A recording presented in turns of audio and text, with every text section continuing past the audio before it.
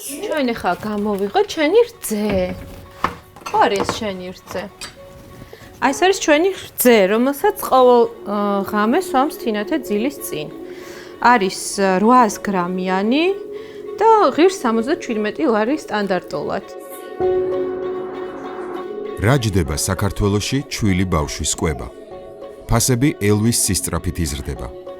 საკვებს ემატება ჯანმრთელობის, განათლების, ბავშვების მოვლასთან დაკავშირებული უამრავი სხვა ხარჯიც. გაძვირებული ცხოვრების პარალელურად ბოლო 10 წელია შობადობა საგანგაშოდ მცირდება.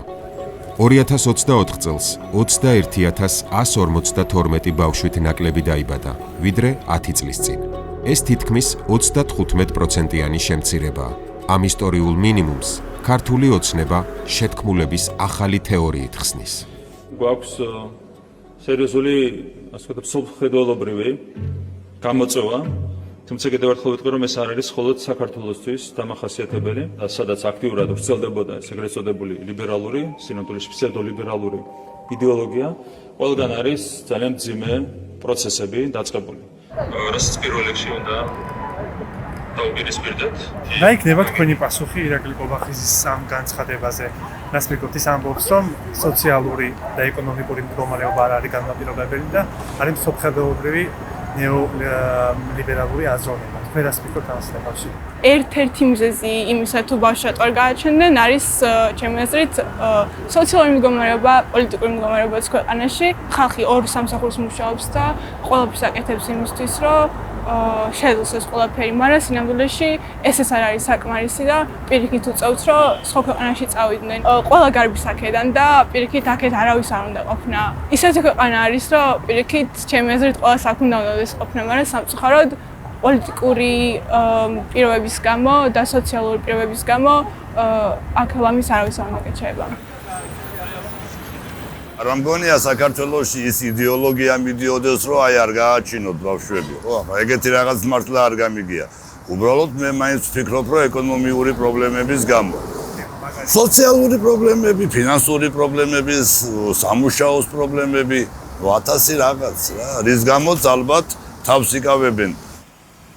შობადობის პრობლემა და ოჯახის შექმნის პრობლემა არის დაკავშირებული არა ევროპულ ღირებულებებთან, არამედ ეკონომიკურ კრიზისთან, რაც ქვეყანაშია ეტაპზე.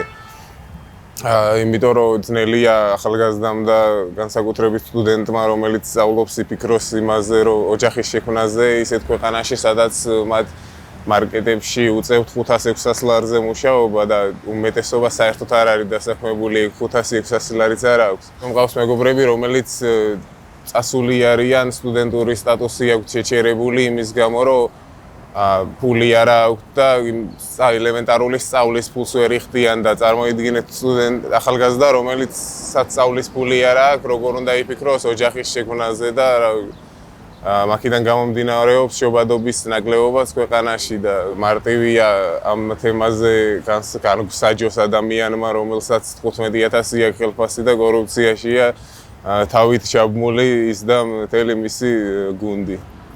მიზეზი არ ვიცი ხა კობახიძე საიდან მსჯელობს ამ იმით. მე მაგალითად მახსოვს რომ კომუნისტების დროს უფრო მოდაში იყო ერთი შვილი და ევროპაში ყავდათ 4 და 5 შვილი. მაგრამ დღევანდელ გადასახედიდან რა თქმა უნდა სოციალური ფონი და ეკონომიკური გაჭირვება არის და ძირითადი ფაქტორი, იმიტომ რომ კატასტროფული ფასები ღირს ბავშვთა კვება, თუნდაც ჰიგიენა. მახსოვს, ჩემი ემიგრაციაში მყოფი მულები მიგზავნიდნენ იქედან იმ ხელოვნურ რძეს, რომელიც ჩემშვილებს ჭირდებოდათ და როდესაც ის ხელოვნური რძე ვნახე აფთიაქებში, აი ზუსტად იყო გასამაგებული ფასი. ჟურნალისტი თამთა ჯანაძე 3 შვილის დედაა. რამდენიმე თვეა YouTube-ზე საკუთარი არხი გახსნა. თავის ვლოგებში ბავშვების გაზრდის სირთულეებს ხშირად აშუქებს. მიკერძებაში რომ არ ჩამთვალა და სპეციალურად შემოვიარე რამდენიმე აფთიაქი სხვადასხვა დასახელების და შევამოწმე ბავშვთა ყვების ფასები, ასევე ჰიგიენის საშუალებების ფასები. მართლა ისეთი მდგომარეობა იმდენად გაძვირებულია იმ დროსთან შედარებით, როდესაც მე ბავშვები ჩვილები მყავდნენ, რომ ფაქტობრივად მეოთხე შვილის გაჩენას რომ ვაპირებდე, ამ ფასების გადამყიდი აუცილებლად გადავიხდებდი.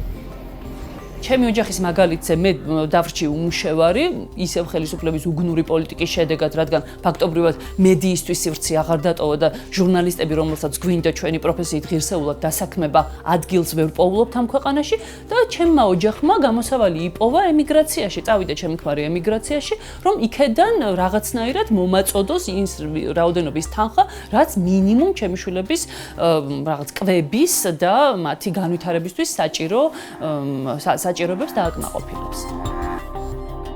ჩემს ვლოგშიც ვახსენე ეს, რომ შევედი საიტზე, სადაც ერთი ვაკანსიაც არ იყო ჟურნალისტისთვის და არა მარტო შემდეგ ჟურნალისტებს გვიწევს, რომ რაღაცნაირად გადავემზადოთ, რაღაც მონათესავე პროფესიები ავირჩიოთ და ის მონათესავე პროფესიებიც არ არის, ვთქვათ, იმდენად ნორმალური ანაზღაურების მქონე, რომ შენი შვილები საჭიროებები დააკმაყოფილო.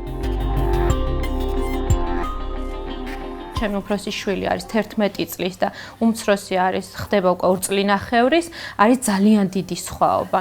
ვცდილობდი გამიხსენებინა ფასები, რომელიც იყო მაშინ და ყველაზე კრიტიკული მაინც ალბათ კიდევ ახალშობილობის პერიოდია გარკვეულწილად ბაღის ასაკამდე, მით უმეტეს, როდესაც დგას აი პამპერსის ყიდვის საკითხი, მით უმეტეს მეძუძური დედების შემთხვევაში, ვისაც არ აქვს რძე და საყიდელი აქვს ხელოვნური ყვება, იქ კიდევ უფრო მძიმედ არის საქმე და როდესაც ვადარე ფაქტობრივად დაახლოებით 3-ჯერ მაინც არის გაზრდილი როგორც პამპერსის, ასევე ყვების საფასური.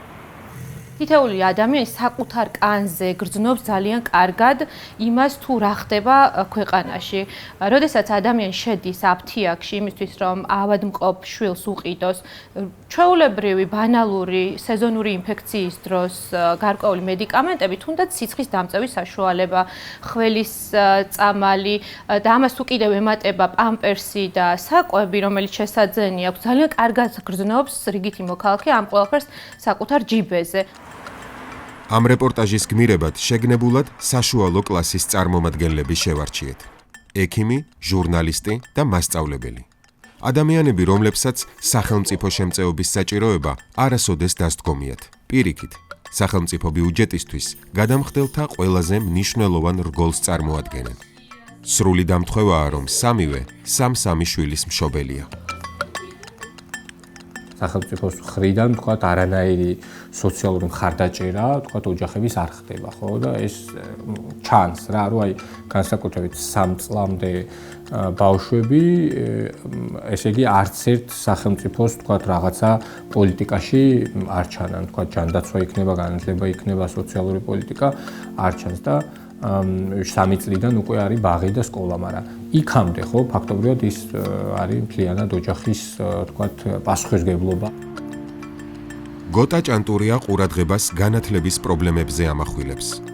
როგორც ეროვნული, ისე საერთაშორისო კვლევების მიხედვით, საქართველოში კერძო სკოლის მოსწავლეებს 2-ჯერ უკეთესი შედეგები აქვთ საჯარო სექტორთან შედარებით. მშობლებისთვის შვილების ჯეროვანი განათლება დამატებითი ბრძოლის საგანია და ყოველი შემდეგი შვილის შემთხვევაში კიდევ ახალი ბრძოლა. ძალიან რთულია გაამართლო, რომ აი მაგალითად განათლების სისტემაში გვაქვს ძალიან მძიმე პრობლემები, აკადემიური მოსწრების კუთხით იქნება თუ ინფრასტრუქტურული თუ სხვა და 14 წელია ხელისუფლებაში არიან და არანაირი ცვლილება ამ კუთხით არ გვინახავს, ხო და ანუ რაღაცას ხო უნდა დააბრალო, ანუ საკუთარ თავს ხო არ დააბრალებენ. თვითონ მაგალითად თქვათ, რაც ვახსენე ხო, სასკოლო ყვება არ დაუნერგავთ, მასწავლებელთა შრომითი პირობები არის უმძიმესი, ბაღში თქვათ, აღზრდელების შრომითი პირობები უმძიმესი არის, სკოლის ინფრასტრუქტურა არ ვარგა არანაირად და ასე შემდეგ, ხო?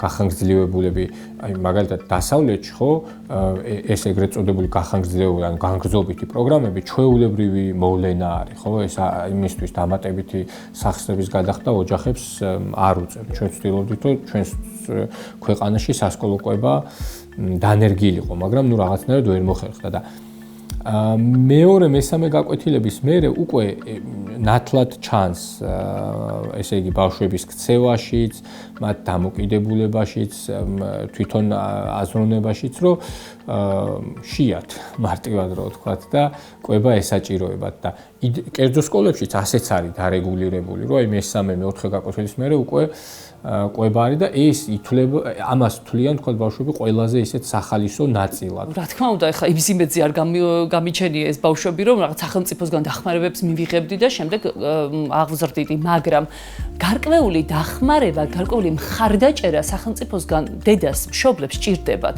და ამ ყველაფერს ჩვენ ვერ ვიღებთ. ელემენტარულად ქუჩაში გადიხარ, ჩემს უბანში მაგალითად ძალიან რთულია იპოვო ქუჩა, სადაც არის ტროტუარი. და თქვენ წარმოიდგინეთ ახლა ეტლიან ადამიანს, ბავშვის ეტლის აღჭურვილ, ასე ვთქვათ, დედას, როგორ უჭირს გადაადგილება ელემენტარულად. ბაღში წაიყვანს შემდეგ და ჯგუფში არის მინიმუმ 40-50 ბავშვი და ერთადერთი მოთხოვნა, ერთადერთი სურვილი დედას აქვს ის, რომ რამენაირად ცოცხალი დახვდეს დღის ბოლოს, იმიტომ რომ იქ უკვე განვითარებაზე და ბავშვის საჭიროებების დაკმაყოფილებაზე ვერაფერს ვერ მოსთხოვს მასწავლებელს, იმიტომ რომ არაადეკვატურია. შემდეგ მიდის ბავშვი სკოლაში, ეს ხარჯები კიდევ უფრო და უფრო მეტად იზრდება.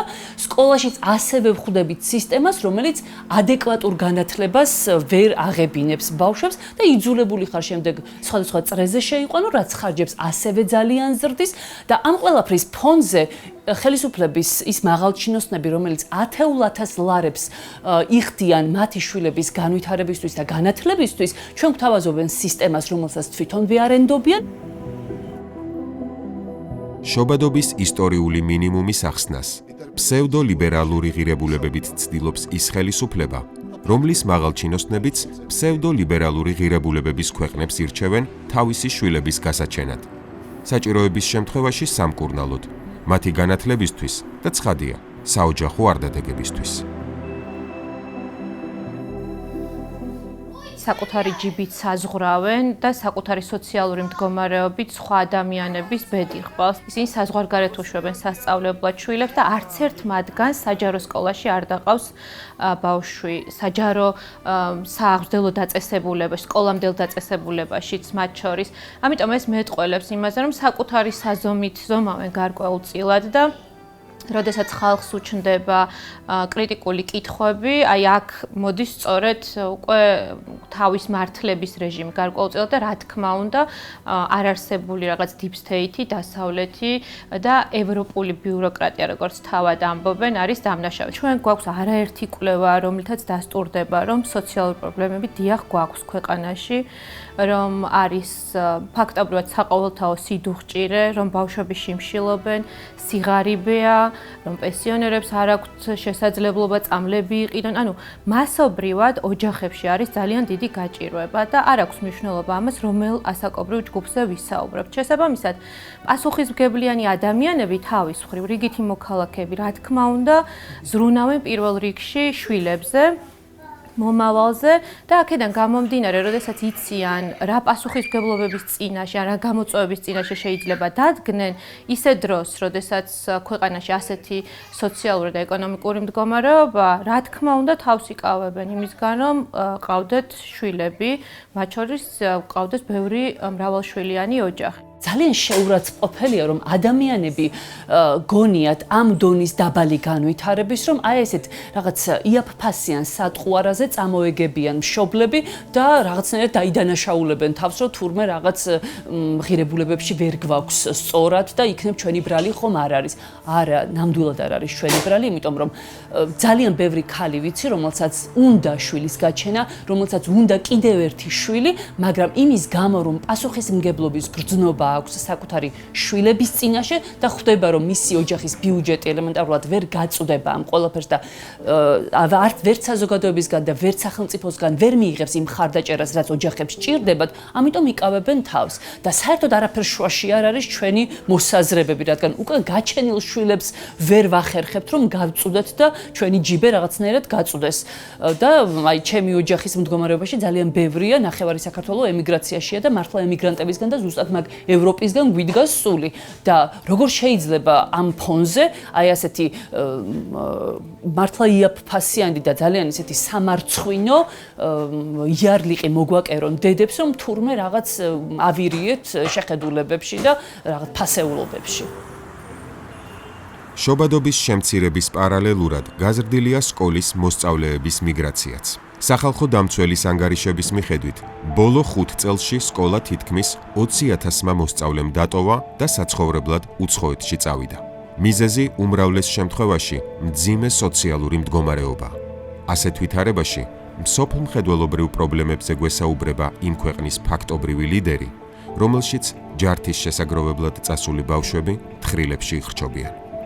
ჩვეულებრივ ამბად ვიღებთ იმას, რომ შადრევანში შესაძლებელია ბავშვდენმა დაარტყას და ჩვენ ყველანი მშობლები, როდესაც გარეთ გავდივართ, მშენებლობა და ვუყურებთ სულ ზევიდან რაღაც არ ჩამოვარდეს, სკვერში გავდივართ და შეიძლება სულ ბავშვი ხელით ყავდეს დაჭერილი, რომ ან ორმოში არ ჩავარდეს, ან წყალში დენმა არ დაარტყას, ანუ წარმოუდგენელი ამბავია, უსაფრთხოებაზე არ ზრუნავს, ჯანმრთელობაზე არ ზრუნავს, განათლებაზე არ ზრუნავს და მაშინ სად არის კითხვის ნიშანი და რანაირად არის ლოგიკური, რომ ლიბერალური ღირებულებები არის დამნაშავე იმაში, რომ დღეს საქართველოში ოჯახები ბავშვებს არ აჩენენ. საშინელება იხდი ძვირს და არანაირი გარანტია არ გაქვს იმის, რომ იკვებები ჯანმრთელობისთვის სასარგებლო პროდუქტებით. იმიტომ რომ აღმოჩნდა, რომ თურმე რაღაც სკინტლნაჭამი ძროხის რძეს ვასმევთ ბავშვებს, რომ გონია რომ რაღაც ჯანსაღად და კარგავთ ყვებავთ. მიდიხარ ყიდულობ ხორცს და არ გაქვს გარანტია, რამდენად დაცულია შენახვის ვადები. ყიდულობ ხილბოსტნეულს და არ იცი პესტიციდების რაოდენობა გამოიყენებს, ხომ არ არის საერთოდაც ეს ხილბოსტნეული მომწამლელი. ყიდულობ ტანსაცმელს და არის ფაქტობრივად ძალიან ჩვეულებრივი საშუალო ხარისხის ტანსაცმელი არის რაღაც კოლოსალური ღირებულების და ამ ყველაფრის გათვალისწინებთ აღარაფერს ვამბობ იმაზე, რომ საშინლად არის მომატებული კომუნალურები და ყველაფერს თუ დავიანგარიშებთ, აღმოჩნდება, რომ ფაქტობრივად ის მინიმუმი, რაც საშუალო შემოსავლის მქონე, რაც ოჯახს ჭირდება, ის მინიმუმი, რაც ჭირდება ოჯახს, არსებული სამუშაოების გათვალისწინებით ვერაფრით ვერ იქნება დაკმაყოფილებული. ოჯახს დაახლოებით ჭირდება 2,000-3,000 ლარი მინიმუმ, რომ იარსებოს, იცხოვროს და კარგად იყოს არა. უბრალოდ იარსებოს რაღაცნაირად თვიდან თვემდე თავი გაიტანოს და ვისაც ამაზე დაბალი შემოსავალი აქვს, მე მართლა წარმოდგენა არ მაქვს როგორ ცხოვრობენ, რადგან ბავშვები ამ შემთხვევაში, როდესაც აი ესეთი დაბალშემოსავლიანი ოჯახი, პრაქტიკულად შიმშილობენ და შიმშილობა იმას არ ნიშნავს, რომ მათ არ აქვთ პური. შეიძლება პური გქონდეს, მაგრამ ორგანიზმი ბავშვის დაბალანსებული კვებისთვის საჭიროა ხორცი, კვერცხი, იქ რძის პროდუქტი, ხილბოსტნეული და ამ ყველაფერს, როდესაც დიდი ხნის მანძილზე ბავშვი ვერ იღებს, ფაქტობრივად მისი ორგანიზმი შიმშილობს. გაეროს ბავშვთა ფონდის მონაცემებით საქართველოში ყოველი მეხუთე ბავშვი შიმშილობს. მათგან 300 ყოველწლიურად იღუპება. სოციალურად დაუცველის სტატუსი 370,000 ბავშვს აქვს მინიჭებული. როგორ შეიძლება აი ამ ფონის გათვალისწინებით ხელისუფლებამ თქვას, რომ იცი რა, ეხლა რაღაც თურმე ღირებულებითი პრობლემები გვაქვს, რაღაც ლიბერალურ იდეებს ვიზიარებთ და ამიტომაც გადავწყვიტეთ, რომ ბავშვები არ გავაჩინოთ. კარგი, გავაჩინე 3 ბავშვი, რა ვუყვამ 3 ბავშვს. მშობლების ამ კითხვაზე ირაკლი კობახიძემ ყველა სავარაუდო პასუხიდან ყველაზე არაადეკვატური შეარჩია. რატომ აღარ იბადებიან ბავშვები საქართველოში? ლიბერალური ღირებულებების გამო. არის თუ არა ეს განმარტება დამაჯერებელი თავადოცნების ამომრჩევლისთვის, რომელიც მათი მტკიცებით უმრავლესობაა და ლიბერალურ იდეოლოგიას არ იზიარებს. რამდენიმე კვირაში უახლესი სტატისტიკა გამოქვეყნდება. ბოლო 10 წლის ტენდენციის შენარჩუნების შემთხვევაში მოსალოდნელია კიდევ უფრო გაუარესებული მონაცემები, მეტად შემცირებული შობადობა და გაზრდილი სიკვდილიანობა.